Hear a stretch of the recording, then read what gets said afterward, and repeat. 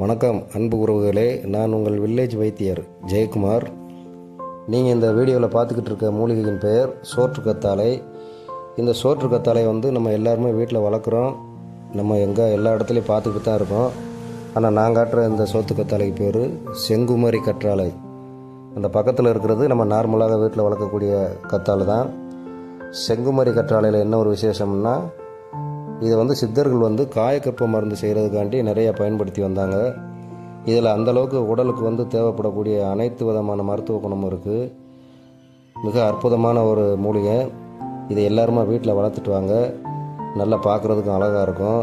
இதை அறுத்திங்கன்னா உள்ள சிவப்பு கலரில் ரத்தம் மாதிரி வரும். பிடிச்சிருந்தால் லைக் பண்ணுங்கள், ஷேர் பண்ணுங்கள்.